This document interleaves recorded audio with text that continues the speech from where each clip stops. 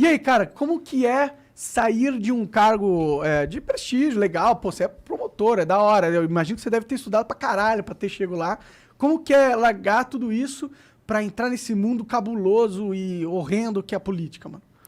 Monark, realmente foi muito difícil entrar no Ministério Público, é uma profissão muito concorrida, é uma das melhores carreiras de Estado que existem. Eu lembro que lá em 2002 eu virava as noites estudando, eu parava à noite, cantava, sempre pensando em fazer o meu melhor. E eu estudava sempre pensando em ter os melhores instrumentos para servir a sociedade, sabe? Meu foco não era tanto a prova, mas era o tal mais capaz para produzir uma transformação. Quem entrou no Ministério Público na minha fase, mais ou menos, na minha geração, sempre viu como uma carreira que te dá uma oportunidade de ser um agente de transformação da realidade. A gente viu a impunidade dos corruptos na década de 90, anões do orçamento, marca Fonte Cidã, outros casos. Nós todos indignados com a corrupção. A nossa geração é um pouco diferente da geração que viveu a ditadura. A geração que viveu a ditadura tem o medo da intrusão do Estado nos direitos fundamentais. A minha geração carrega isso, mas carrega mais um medo da omissão do Estado, da ineficiência do Estado. O Estado não fazer o que é certo, não fazer o que é justo, não punir os corruptos, não recuperar o dinheiro desviado. E foi com esse intuito que eu entrei no Ministério Público e lá eu busquei fazer o meu melhor para cumprir essa visão. E sair foi uma decisão muito difícil, porque você larga uma carreira que é bem remunerada no Estado, você larga um direito a uma aposentadoria que tinha acumulado, né, com deduções ao longo de 18 anos, larga amigos, você larga uma maleabilidade na tua gestão do tempo, de férias, né? Toda a tua rotina, né? Toda a tua vida inteira. Exato, né? exato. Você larga isso tudo para uma coisa que é incerta, né? Se bater o martelo de seguir nessa linha de buscar uma posição política, que é a minha vocação de serviço público me orientou nessa direção, se eu bater o martelo nessa direção, eu vou estar numa carreira em que a cada 4 anos é incerto o que vai acontecer, você não tem maleabilidade de férias, de gestão de tempo, você ganha menos do que um procurador ganhava na prática. Então, é uma decisão que egoisticamente é muito burra. E eu se for por carreira, nem deveria ser, né? Porque não é uma carreira. Assim, não é, exato. Não deveria ser uma carreira. Exato, né? Exato. Então, foi uma decisão que eu precisei sentar com a minha esposa. Eu sentei com a minha esposa, a Fernanda, e disse, amor, olha, essa decisão, egoisticamente, pensando na nossa família, ela é burra. Mas se eu for pensar no propósito da existência, em como eu vejo o mundo e a nossa passagem na Terra como um lugar de serviço, de amor às pessoas e lutar por uma causa maior, um propósito maior, eu precisaria hoje realinhar os meus meios ao meu fim. Porque o que eu tenho visto? Eu tenho visto a política destruindo todo o trabalho que a gente fez na Lava Jato e mudando as leis para que uma Lava Jato não venha se repetir. Então, ou eu fico de braços cruzados, olhando tudo que está sendo desfeito, tudo que está sendo destruído, ou eu tenho coragem de enfrentar os meus medos, porque é uma decisão que traz medo de segurança financeira para a família, você está saindo de uma posição estável para uma posição totalmente diferente. Não só isso também, você vai se meter num ninho de vespa, meu. Que eu imagino que você está um pouco acostumado, porque a sua posição no Ministério Público também era um pouco política. Pô, mas isso é muito pior. Agora ele tá no meio dos caras, né? É muito pior. Mas talvez ele não apanhe tanto. Quer dizer, apanhe se ele continuar sendo ético, né? Aí ele vai pra caralho. Monarca, vai apanhar. E a política, infelizmente, hoje existem ataques muito sujos de lado a lado, existe uma polarização, uma indústria de fake news. E isso acaba maculando você. E na posição que eu estava, já tinha saído da Lava Jato há um ano, estava numa posição que eu tendia a ter o meu lugar tranquilo, à sombra, né? Fazendo meu trabalho direito, né? Todo dia, né? Fazendo o meu melhor, mas eu tendia a ter tranquilidade em algum momento. Mas agora, fazendo esse movimento, eu tendo a não ter tranquilidade, né? Com certeza. Minha vida vai ser uma vida bastante tumultuada. Vai ser escrutinada sem fim. Exato, eu tô indo para uma montanha-russa, né? Saindo de um carrossel e indo para uma montanha-russa que eu nunca andei. Então eu tô com aquele friozinho na barriga de quem tá subindo. Natural. Mas quando você pensa em propósito de vida, essa decisão faz sentido. Porque onde eu tava amarrado, sendo destruído tudo que a gente fez, né? Impedindo que a gente pudesse repetir os resultados que a gente alcançou. E, além disso, eu não podia nem reclamar mais, Monarca. Eu sei que você é um defensor da liberdade de expressão.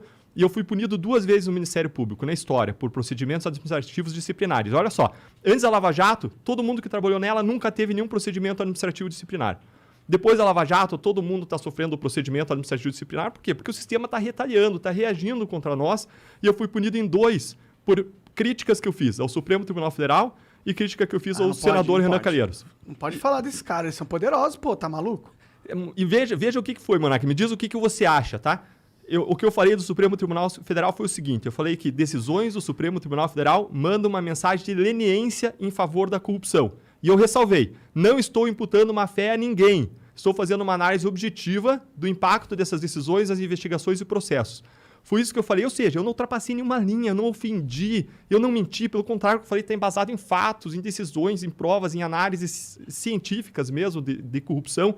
E ainda assim, eu fui punido. Então, eu logo, na semana anterior de eu tomar essa decisão e sair do Ministério Público, aconteceram 2 fatos interessantes. Um deles foi que eu estava dando uma entrevista, terminei a entrevista, a gente está em home office, né? Eu e minha esposa, olha para o lado, a minha esposa branca olhando para mim. Eu falei, o que foi? Ela falou, você vai tomar mais uma representação no Conselho Nacional do Ministério Público. E ela branca, assustada, com medo, eu falei, mas eu não falei nada errado. Eu sei, mas você foi duro demais. Ou seja, é um absurdo isso, porque as críticas elas têm que ser duras, contundentes. Eu não estava pregando a destruição das instituições. Não, eu acredito na força das instituições, na força da democracia, na boa política. Agora, você constrói as instituições por meio do direito de crítica, por meio da liberdade de expressão. Então, eu estava amarrado. Mas isso não existe no Brasil de verdade, né? A gente tem muitas leis e muitos códigos de não sei o que institucionais dentro das organizações que são exatamente para quando um Deltan chegar e começar a falar coisa que os caras não querem ouvir, opa, toma um negócio disciplinar ali, pega um negócio arcaico de 1820 que tá na lei e usa aqui para fuder o cara. Esse é o perigo, é isso que eu tento apontar todos os dias aqui, meio que em vão talvez, mas que é isso, que o negócio não é que eu quero que as pessoas falem merda. É que eu não quero dar o poder pro Estado de impedir que as pessoas falem. Porque a partir do momento que você dá ao Estado determinar o que é merda ou não, fudeu. O Estado vai usar aquilo para tirar os inimigos políticos dele do jogo. Como aconteceu agora com esse caso do Bolsonaro aí. A mulher foi... o cara tava passando ali, a mulher xingou ele, o que ela pode ter os seus motivos dela, deve ter.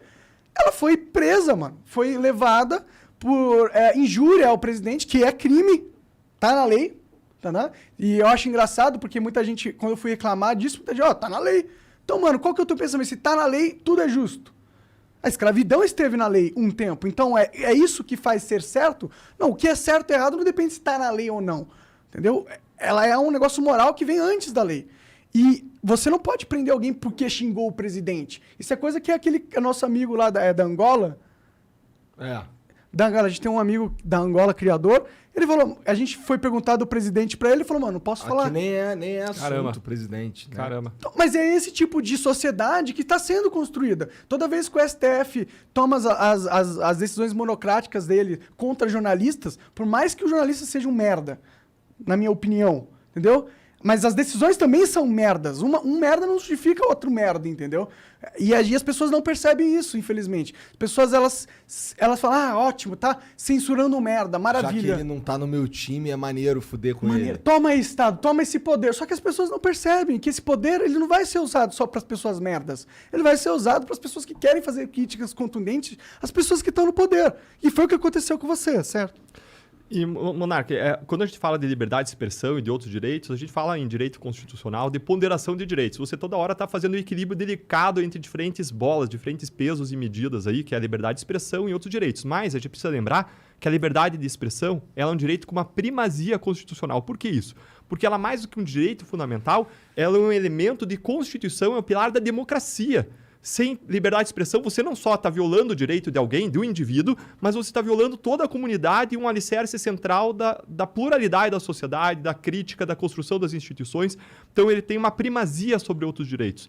Eu acredito que tem alguns limites, eu poderia, assim, mas aí é mais técnico. Assim, eu acho até que existem ali os crimes que são linhas que a gente não deve ultrapassar, como a calúnia, a injúria, a difamação, né? A indústria de fake news. Eu acho que são limites que a gente não deve ultrapassar. Mas aí tem um problema na aí sua... O que é, o que não é, né? Fake news, né? É a mesma coisa do injúria. O que é injúria? Eu falar que o presidente é um filho da puta, é claro que é uma injúria. Mas e aí, não posso xingar o presidente de filho da puta mais? Esse tipo de sociedade, não. Eu acho que, infelizmente, o brasileiro aceitou fácil que injúria deve ser crime. E tá na lei já, né? Mas tem alguns mecanismos para isso. Se entende, por exemplo, que a liberdade ou a proteção da imagem, da honra das altas autoridades, ela é menor, justamente porque elas são expostas à discussão pública. E se coloca, por exemplo, que quando você está num debate público sobre políticas públicas, sobre postura de autoridades, você tem uma liberdade maior de crítica. Então, existem algumas ferramentas para você fazer essa certa ponderação. Agora, se a gente traz isso não para uma esfera pública, mas para uma briga de vizinhos, um xingando, caluniando, espalhando notícias, eu acho que tem que ter algum limite, sabe, Monark? Mas como... Eu entendo que você acha que tem um limite. Eu só fico com medo de... Sempre quando a gente quer pôr um limite na expressão, porque a fake news é uma forma de expressão. É mentira, mas é uma forma de expressão. Você quer limitar a forma de das pessoas se expressarem? É perigoso. Como que a gente vai fazer isso? Esse é o problema. Como você imagina a gente controlando as fake news a partir do Estado, por exemplo? Eu gosto muito da ideia de a gente se concentrar nas figuras dos tipos penais. Por quê? Quando a gente fala de tipo penal, o que é? É o crime que está lá previsto na lei, no Código Penal. E esses crimes, eles seguem toda uma série de regras. Por exemplo, esses crimes eles têm que ser definidos com palavras claras e com limites claros. Então, a gente chama de tipo penal, sei lá, o crime de homicídio, matar alguém. Está expresso lá, matou alguém, pena de, sei lá, 5 a 20 anos, vamos supor, tá?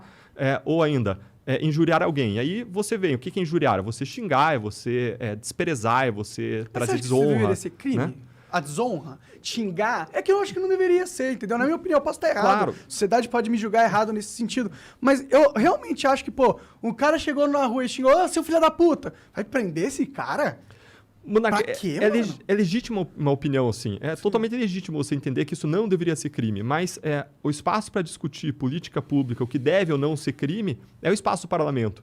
E o parlamento, representando a sociedade, definiu isso como crime. A questão é se isso mata, se isso viola a liberdade de expressão, no sentido de um pilar da democracia, não quando você está numa briga de vizinhos, e se isso viola um direito fundamental da liberdade de expressão. A pessoa pode criticar o outro. Agora, critica sem destruir, critica de modo construtivo. E eu acho que a crítica dura, a crítica incisiva, até a ironia, são críticas que devem ser toleradas e devem ser exercidas numa democracia para a construção das instituições. Porque é disso que se faz uma democracia, é do debate, é da liberdade de expressão, é da troca de ideias, né?